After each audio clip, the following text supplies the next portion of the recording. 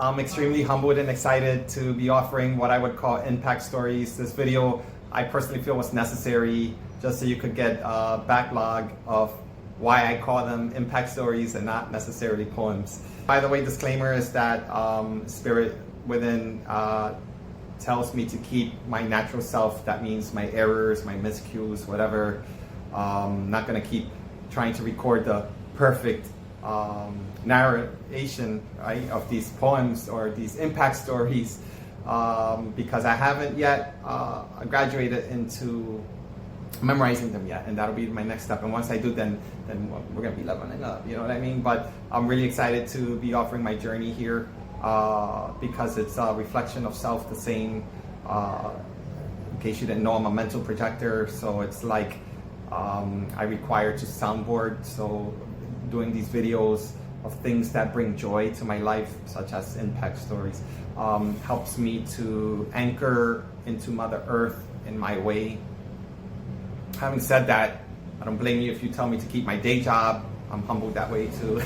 Still gonna do it though. I'm still gonna be creating these impact stories because this is how you grow, right? This is how you expand. But I'm an acupuncturist by day, or I was an acupuncturist by day since 2014, full-time, and honored that chapter has been, I don't want to say closed, but put into a pause. I do work with distance healing as well from an esoteric Qigong perspective, and my walk in this life has always been in Xingyi and Baguazhang, which are internal styles of Kung Fu. And that journey began in 1989, and it's never left my path. I still work and culminate with it, and it's intertwined with the very hue of my existence. Why did I call them impact stories? So, if you've never heard of Eastside High School, home of the mighty ghosts, it's the high school I went to, class of 93. The famous movie Lean on Me, if you haven't seen it, Morgan Freeman plays the principal, Joe Clark, or Batman, and it's famous not for great reasons, but for great reasons I exist. And I've been fortunate to have gone to that high school, and I represent Paterson, New Jersey myself because it's a branch. It's a real root of my experiences. Watch that movie, but the reason why I mentioned that high school is because I was inspired by my expository writing teacher. I guess they call it English, or that's what they called it back then. And it was one of the most challenging classes because speaking and reading has never felt like it was any kind of a strength of mine. So it wasn't even a strength that I even looked to aspire towards. I was always into the Kung Fu, and educating and teaching was always something that I felt that I was naturally doing so. So my first Kung Fu student, I was like about 17. I started at 13. And that's when I started to understand that by teaching is when I started to learn, by demonstrating my errors to students per se. I was still a kid, right? 17, still training, 4 or 5 years into the system. And by being completely naked into the very thing that engendered fire within my practice is something that I was able to reflect back at myself at a very young age, and thank goodness. So now I'm doing this like I'm a white belt in these impact stories. My expository writing teacher introduced to us poetry, amongst other things, short stories such as like Edgar Allan Poe and all these cats. I don't know, these short stories such as A Monkey's Paw, Piece of String, and all these short stories. And that's when something really started to wet my whistle. And it wasn't until she started to introduce us into writing poetry, I fell in love. But the greatest impact for me was when she created, alongside with Reggie Gaines, back in, I want to say 1991. He became famous for writing poetry, amongst other things. He came and did like a 2 or 3 day or so workshop and schooled us in poetry. I don't remember 90% of what he taught, but his impact is what I recall. He introduced to me what I've never heard in my life was something called hip-hop poetry. and he spoke on certain poems. I think one of his famous ones are like "Don't Take My Jordans" or something like that, and he takes upon or has taken upon a dark approach into his poetry, inspired by also hip-hop poetry, the same at the time. It was a poem, I can't remember the title, but it was about, I'm not even sure if I could even talk about it in public, but it's an honor to be speaking about it. He recited to us a poem based on a girlfriend that he had at the time. I don't know if she was an ex, but she was this, if I'm not mistaken, a Jewish girlfriend. And prior to them meeting, within her life path, she was raped. And when she shared that with him, it struck him so hard that the only way that he was able to work with this trauma that was, in a sense, imposed onto his experience is that he wrote a poem about it. However, this is the twist, from the rapist's perspective. And that sounds so damn taboo, and I wish I could recite the poem. I wish I had it with me, but it was not what you thought. Yes, it was very, very deep, and yes, it had all the profanity and it had everything that you could imagine, whatnot. But the pearl behind that poem had almost everyone in that class. And we were thugged out back then, you know what I mean? You know, that, like, I grew up in a place where you don't see females or males just cry, you know, we just didn't do that, you know what I mean? If you looked at one of us wrong, maybe not me personally, it'd be like a problem, it'd be a serious problem. So he had that entire class just, boom,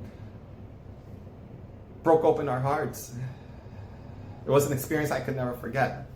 And he introduced to us, along with our English teacher, the Nuyorican Cafe. I think he was like this 1991 or 92 Poetry Slam contest winner, the same. I think he had like a Nike commercial too, like on TV back in the day. I think I saw him there. So he hit it really big. But yeah, Nuyorican Cafe, if you never heard, I was fortunate to have gone there. He invited us, and we've gone to a couple of Poetry Slams over there. And years after that, I went, I would say, half a dozen times to sit back, relax, and experience from professional poets or to people who had open mic and whatnot, and the love that the audience would show when somebody would pause or be reading off the piece of paper back then, before there were cell phones, and making mistakes, forgetting the lines. That was like fire to the audience. And you know what I'm saying, if you're into the poetry gang, you know what I mean, realm. But that was my first experience, and I was pretty young, so that really imprinted my entire life. So why am I saying all that? Why do I call them impact stories and not poems? Is because I'm 49 now, and it wasn't until maybe 2020 that I wrote my first impact story, number one. And it came from a lot of heartfelt trauma. I don't want to just call it depression. Yes, it was depression, but it was so much more deeper than that. There were trauma wounds from this life and past lives that were being opened, and I was being awakened and becoming more conscious into the reality that I have created. And what helped to relieve and to re-aliven my connection was writing my first impact story. So how do I tie this all up? From Eastside High School, Reggie Gaines influence, Nuyorican Cafe, and not calling them poems, is because 5 years ago, I'm 49 now, so I was like in my early 40s, whatnot, and I haven't written a poem. I would try pen on paper over the years, maybe not as consistently, but there was something that of a disconnect that I had with the fire that I had and my inability to write pen on paper. And I'm saying this because I'm hoping this inspires someone out there, the youth or anyone at any age, you know, in some way, if this resonates. And that's the only reason, you know, if we don't speak, then they don't know. You know, we can't hold our experiences, especially when you're walking with love, and those experiences are not even ours to keep. You feel what I'm saying? This is why I'm sharing with complete humility, and thank you for listening for those who are vibing with me in this way. It wasn't conscious, but because I kept trying to lock in and template my poems per se into hip-hop poetry or into like different titles and different styles, you would say, right, of poems. And that's what would lock me out. And I realized something about myself. I can't be caged in the weirdest way. It's just my nature. And in a sense, I was caging myself with other people's titles because it's what was becoming accepted, like hip-hop poetry. Who's not going to want to go to a hip-hop poetry slam contest? You know what I'm saying? And so it wasn't taking away. It was just, I felt like I didn't want to be labeled or to create this poem, and yet I'm speaking about my subconscious mind. This is what was making me stuck. This was what was making me have to write based on a template, and that's what I'm trying to say. It's my first time sharing this in public, so it's kind of like tongue untying right now. So thank you. You're my therapist right now. So I came up with the term impact stories because I'm a storyteller with clients and patients alike. When I work with them and I start unraveling with their physical, mental, psychological, psychosomatic, psychospiritual trauma, I found a gift that was being excavated from many lifetimes, and it was becoming conscious to me. So as I was working with clients and patients, it was also me galvanizing one of my reasons as to why I incarnated here is to work within the healing realm. Having said that, that's where I started to use not just metaphors, but realities to help to open up the right side of the mind, of the creative side of people who tend to be trapped within their logical, rational thinking mind. As an example, the sick patriarchy, right?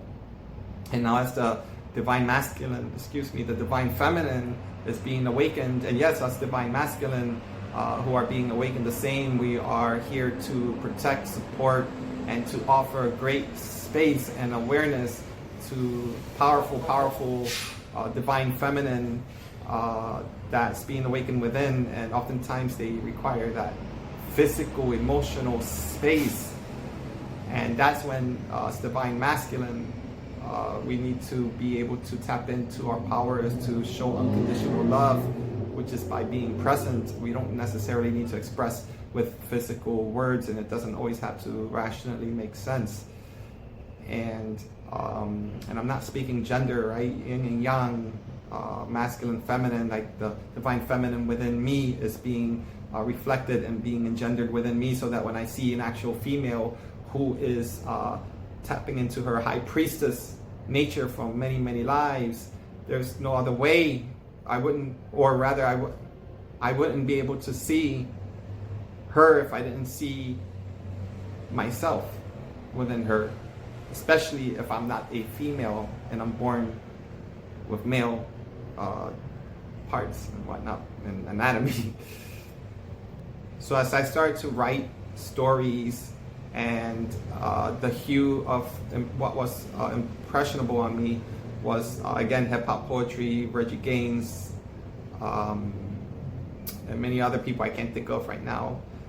One important thing that I noticed that I needed to also open up to was my dialects that I spoke, right? I grew up in the hood, so I speak a certain way when it's turned on and activated by people from my family up in Patterson, New Jersey, or Philly, because I was born in North Philly, right? We have a way of talking and speaking, right? And then have another way of speaking if I'm speaking to clients on the same token of working in the realm of Chinese medicine, but also if I was teaching you or we were working with Kung Fu, be a whole different language, right? You can see a different aspect of me.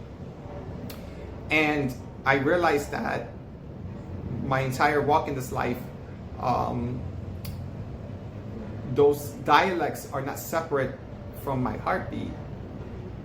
So yes, I will get tongue-tied. Yes, I will sometimes offer many spaces of or pauses because what I mean to say as one of my other dialects in how I speak is also the divine feminineness and divine presence. Sometimes I speak with just receiving.